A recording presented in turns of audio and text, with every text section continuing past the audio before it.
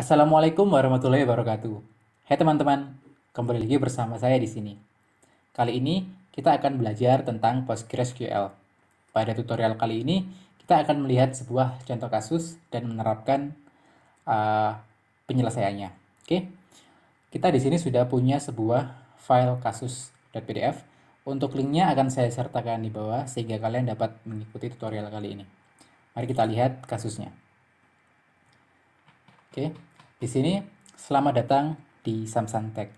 Sebagai gambaran awal, Samsung Tech baru saja mendapat proyek mengenai peminjaman di Bank Maybank. Mohon bantuannya.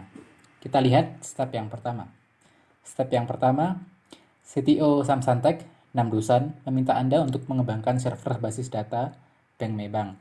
Dari pihak Maybank meminta pengembangan menggunakan sistem operasi Windows untuk OS Server dan DBMS PostgreSQL versi 13. Nantinya, basis data ini bertujuan untuk menyimpan data peminjam antar orang dengan perantara platform Maybank. Silakan lakukan instalasi dan konfigurasi. Untuk proses instalasi, kita tidak akan membahasnya lebih jauh di sini. Karena proses instalasi sendiri ini cukup sederhana, yang perlu kalian lakukan adalah kalian buka halaman PostgreSQL, kemudian kalian pilih download, Windows, kemudian download the installer. Di sini karena dalam contoh kasus ini kita diminta untuk menginstal PostgreSQL versi 13. Di sini kalian pilih Windows Installer untuk versi 13.1. Setelah itu kalian tinggal ikuti semua langkahnya. Jika selesai, mari kita lanjutkan. Oke. Bila sudah, CTO telah melakukan analisis kebutuhan data. Menurut CTO, para debitur melakukan permohonan kepada kreditur. Nantinya, kreditur akan melakukan update status apabila permohonan memenuhi kualifikasi dari kreditur. Nantinya, pinjaman akan dibuat manual. Data penagihannya oleh kreditur sehingga penagih dapat bertugas melakukan penagihan sesuai data pada tabel penagihan. Nantinya, apabila debitur telah membayar sebagian atau semua, penagih akan mengupdate status penagihan. CTO telah membuat IR mapping. Anda diminta untuk mengimplementasikan IR mapping tersebut pada suatu tabel space custom. Oke. Nah, di sini kita disuguhi sebuah IR mapping dengan database bernama P2P Lending.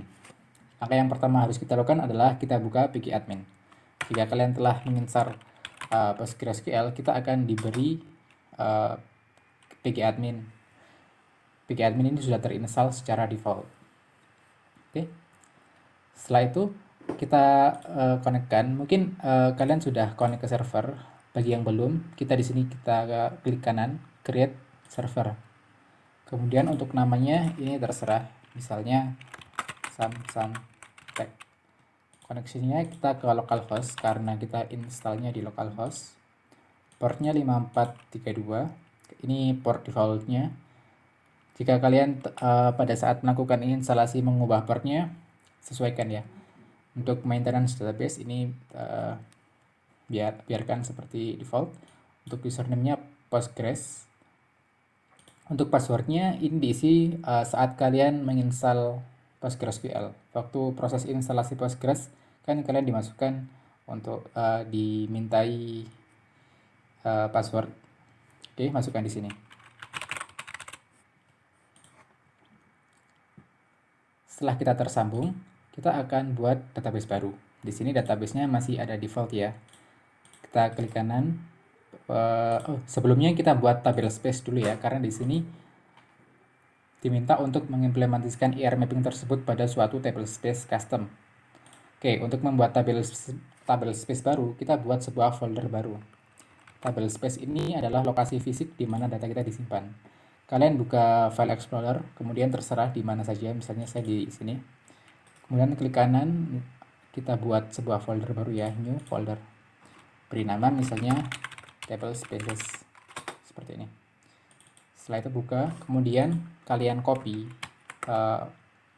path-nya, copy lokasinya. Kemudian kalian buka table spaces, klik kanan, create table space. Untuk namanya misalnya custom. Kemudian kalian ke definition, pada location kalian paste di sini. Oke. Setelah itu tekan simpan. Nah, di sini kita sudah punya sebuah table space baru bernama custom. kita buka database, kita klik kanan, create database. Untuk nama databasenya kita sesuaikan seperti ini, bernama P2P Lending. P2P Lending seperti ini. Kita ke definition, oke. Kita pilih table space, kemudian kita pilih custom, agar database ini disimpan di table space custom. Oke, setelah itu kalian tekan save. Kita tunggu beberapa saat. Setelah database-nya jadi, kita akan coba untuk membuat tabel ini. Yang pertama kita butuhkan adalah tabel debitur. Kita bisa sisihkan seperti ini.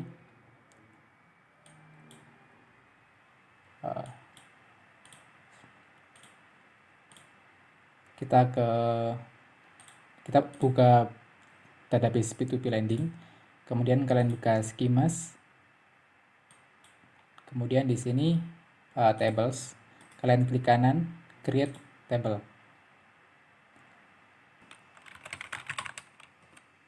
Kemudian pada kolom kita sesuaikan. Di sini terdapat tiga kolom ya.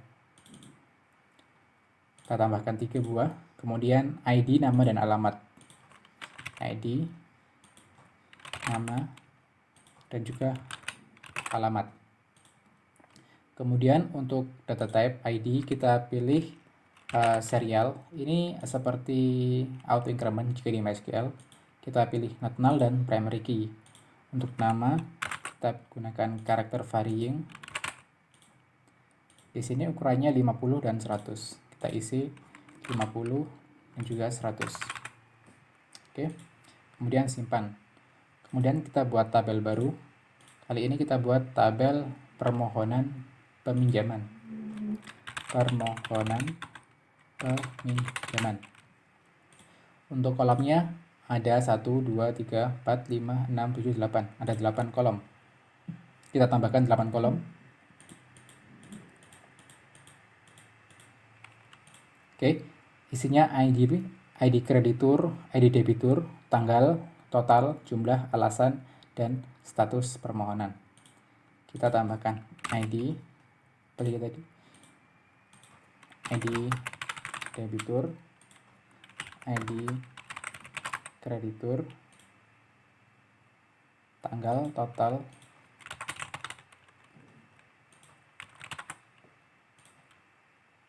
jumlah, alasan, dan status.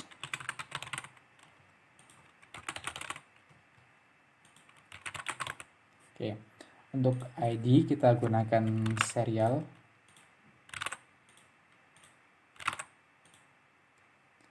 Kemudian untuk tanggal kita gunakan date.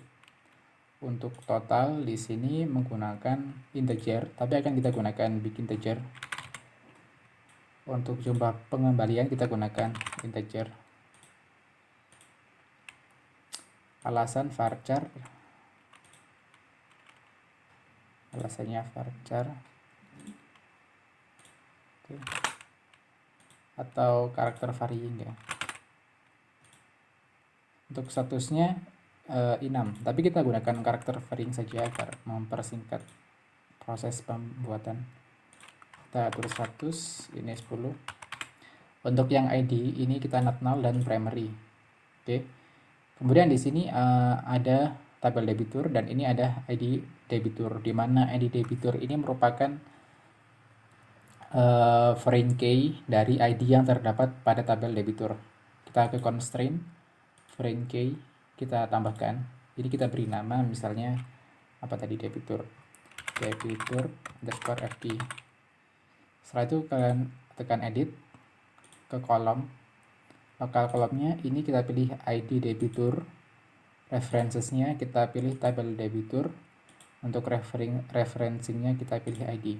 Jadi ini nanti tabel ID kolom ID debitur itu adalah referensi dari kolom ID yang berada pada tabel debitur. Setelah kalian tambahkan, tekan plus. Oke. Setelah itu di sini masih ada ID kreditur, tapi kita belum membuat tabelnya. Save.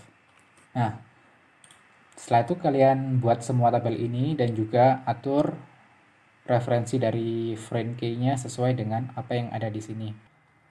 Oke, di sini saya sudah punya semua tabelnya. Nah, jika sudah, kita lanjut ke step yang berikutnya.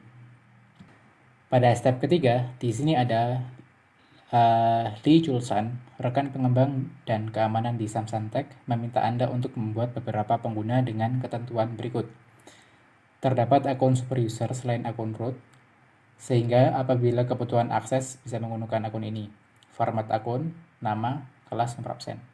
Oke, kemudian kita butuh juga tiga akun lagi, debitur, kreditur, dan juga penagih. Kita buat 3 akun ini dulu. Oke. Kita ke sini, kita tutup dulu database-nya. Kemudian kita buka, di sini ada login or group roles. Klik kanan, kita create user di sini. Yang pertama adalah super user, di mana super user ini merupakan super user. Jadi kita atur menjadi super user. Oke. Kemudian kita butuh 3, debitur, kreditur, dan juga penagih. Klik kanan, create debitur. Untuk privilege-nya akan login. Kemudian kreditur, untuk privilege-nya akan login juga, dan juga penagih. Privilege-nya akan login.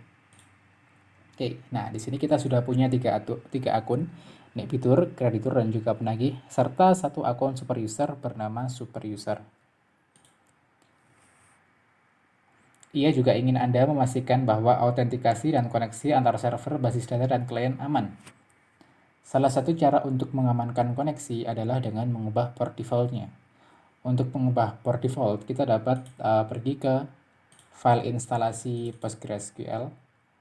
Di sini contohnya kalian buka C, program files, kemudian cari PostgreSQL, kemudian buka foldernya.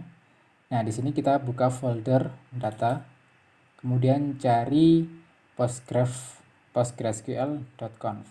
Kalian klik kanan, open with, kita buka menggunakan Notepad ya. Buka menggunakan Notepad. Nah, di sini turun, kalian cari port. Nah, di sini ada port. Kita coba ubah portnya menjadi misalnya 4321. Kemudian kalian simpan. Setelah kita mengedit file konfigurasi ini, kita perlu melakukan restart terhadap PostgreSQL server. Caranya cukup mudah. Kalian tinggal tekan Windows R. Kemudian ketik services.msc. Kemudian oke. Nah, setelah itu di sini kalian cari service PostgreSQL kalian, scroll sampai menemukannya di sini. Nah, ini PostgreSQL x6413. Kalian pilih, kemudian klik restart the service. Kita tunggu beberapa saat. Nah, setelah itu Postgres kita sudah terrestart. Kalian buka kembali ke pgadmin. Nah, di sini kalian harus melakukan refresh. Setelah itu kita buka lagi. Nah, di sini kita perlu mengubah portnya. Kita tunggu sampai server kita terkoneksi. Nah, ini kan koneksinya gagal. Kita klik kanan, pilih properties. Kemudian di connection, kita ubah portnya menjadi port yang telah kita ubah tadi, di mana kita mengubahnya menjadi 4321. Oke. Setelah itu save. Tunggu beberapa saat. Kemudian kita klik kanan, refresh. Kemudian kita klik lagi, masukkan password Postgres, akun Postgres kalian. Nah, kita sudah terhubung dengan port yang telah kita ubah tadi, 4321. Kita lanjutkan ke step 5. Lakukan juga pengamanan pada objek basis data sesuai ketentuan berikut. Yang pertama, akun super user dapat mengakses semua objek pada basis data tersebut. Kemudian akun kreditur hanya dapat melakukan CRUD pada tabel kreditur, update kolom status permohonan hutang pada tabel permohonan hutang, create read pada tabel penagihan, kemudian melihat penagih, dan juga akun penagih hanya dapat melakukan CRUD pada tabel penagih, update kolom status penagihan pada tabel penagihan. Akun debitur hanya dapat melakukan CRUD pada tabel debitur, CRUD pada tabel permohonan kecuali update status permohonan hutang, melihat penagihan, dan juga CRUD pada tabel pengembalian. Oke, untuk ini kita gunakan perintah grant, grant. Nah, untuk akun superuser kita tidak perlu mengubah apapun karena kita sudah membuatnya menjadi akun superuser. Di sini kalian buka database P2P lending kalian, klik kanan, kemudian kita buka query tool. Yang pertama yang kita lakukan adalah melakukan grant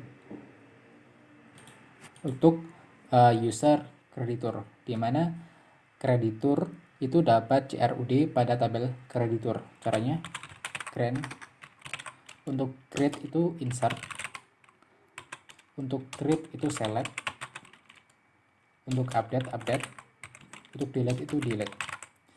Grant, insert, select, update, delete pada tabel kreditur on kreditur ke user kreditur to kreditur seperti ini. Kemudian kita grant untuk update kolom status permohonan hutang. Di sini kan ada permohonan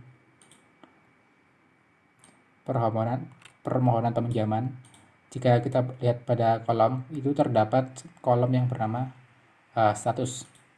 Kita grant update untuk statusnya. Grant update pada kolom status di tabel permohonan peminjaman, pada tabel permohonan peminjaman. Oke,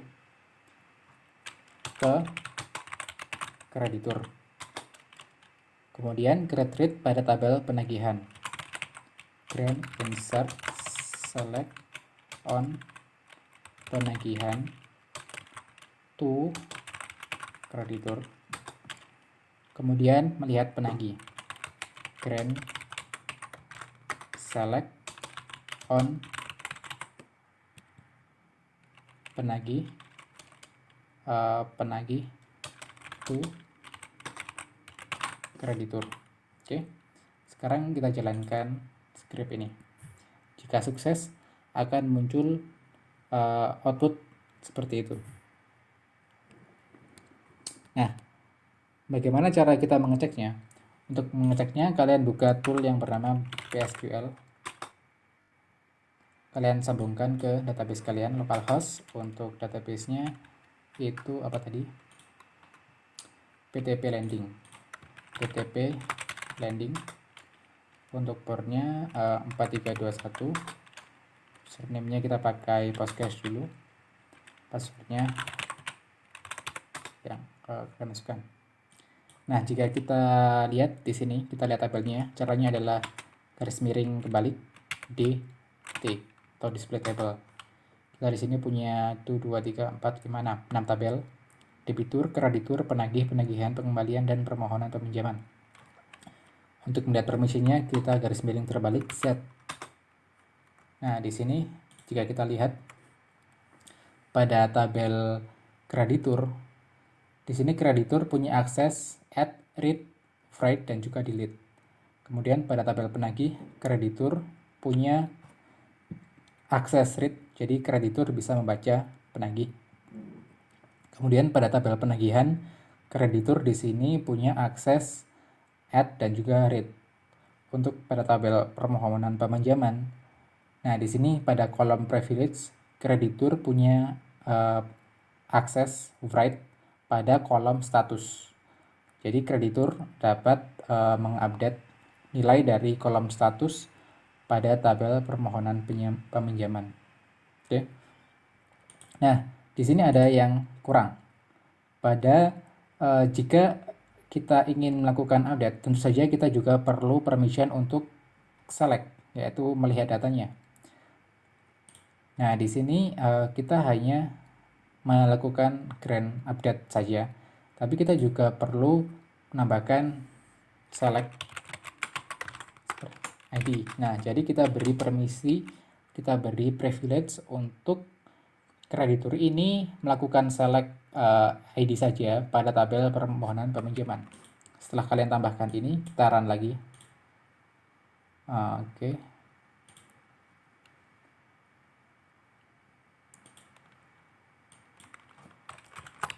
Oke, kita coba. Grant select ID. Oh, ini tambahkan petik seperti ini. Karena ID ini merupakan sebuah reverse word. Run. Nah, selesai. Kemudian kita lihat lagi di sini. Nah, di sini kreditur sudah punya privilege read pada kolom ID. Oke, sekarang kita tambahkan untuk user selanjutnya, yaitu user penagih dan juga user debitur. Untuk penagih kita grant insert select update delete pada tabel penagih.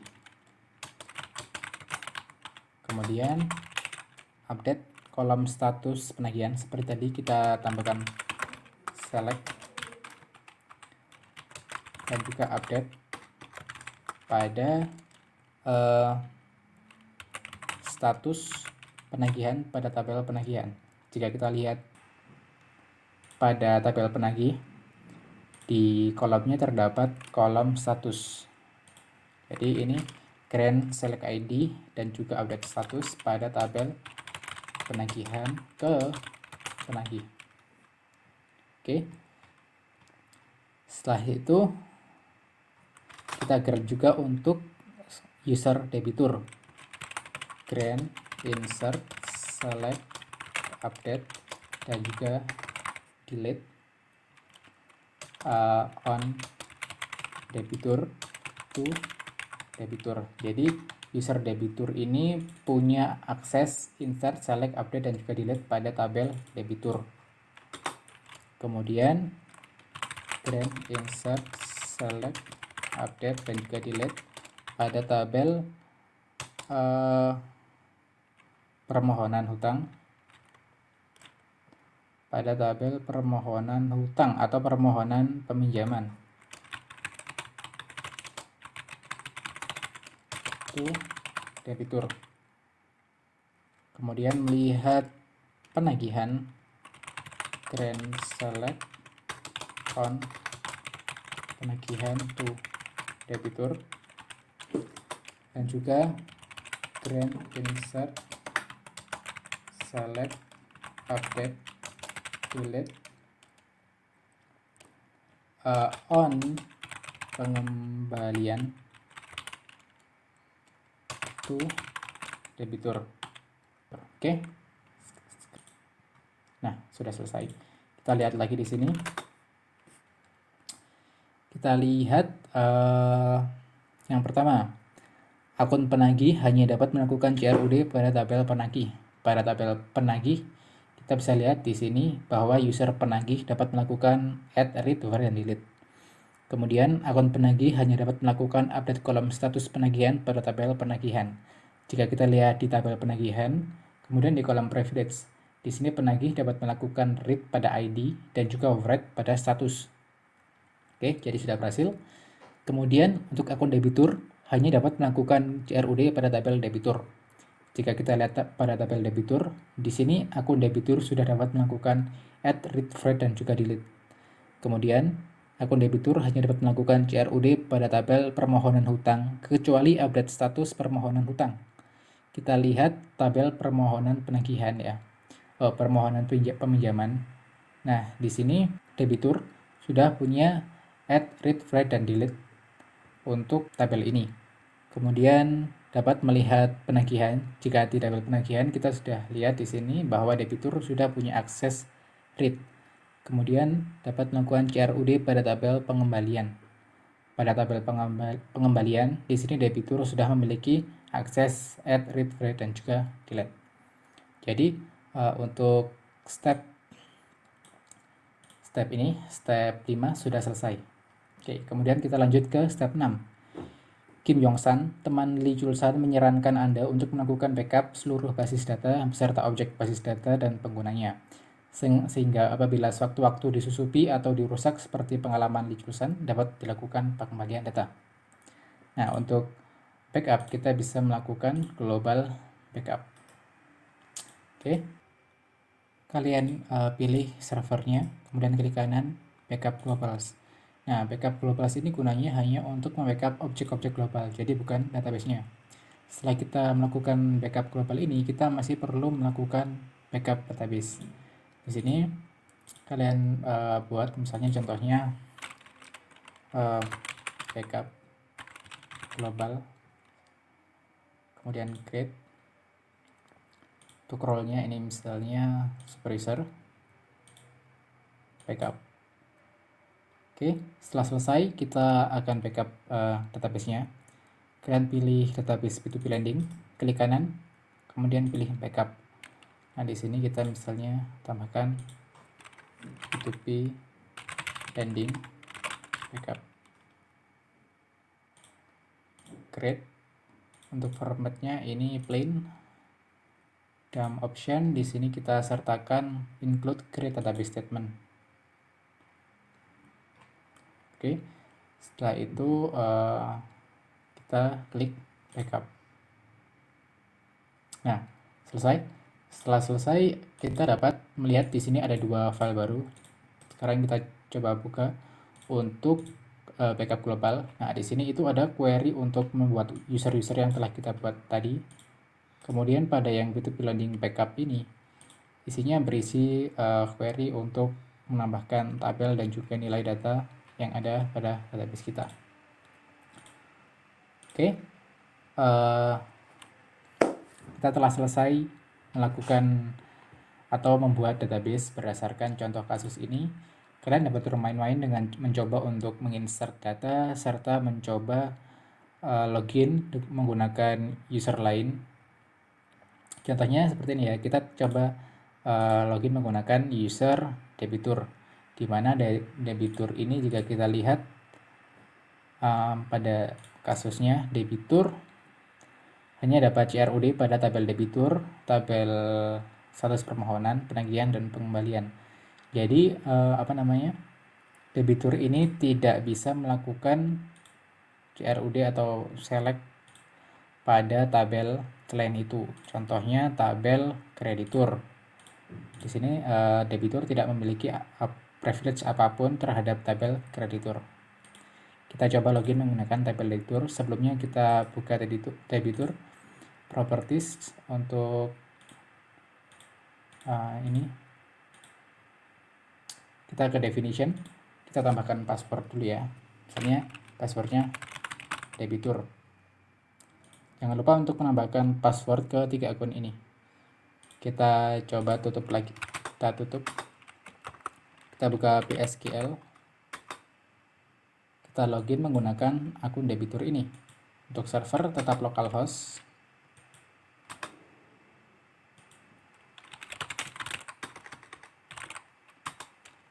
Untuk database-nya P2P lending.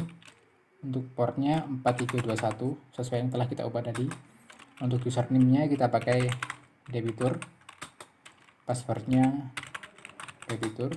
Nah, kita sudah terhubung menggunakan user debitur. Untuk melihatnya kita bisa garis miring terbalik kemudian C, enter. Nah, di sini you are now connected to database P2P lending as user debitur. Sekarang kita coba melakukan select ke tabel kreditur.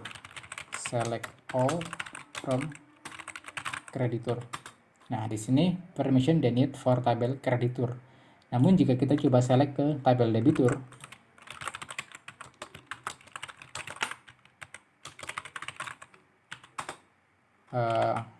from debitur. Nah, kita bisa dapat datanya. Oke, sekian untuk tutorial kali ini. Kalian dapat mencoba untuk menambahkan data dan bermain-main dengan privilege, serta kalian dapat mencoba untuk melihat tabel mana yang dapat diakses oleh user tertentu agar kalian lebih paham mengenai role dan privilege di PostgreSQL. Terima kasih telah mengikuti tutorial ini. Wassalamualaikum warahmatullahi wabarakatuh.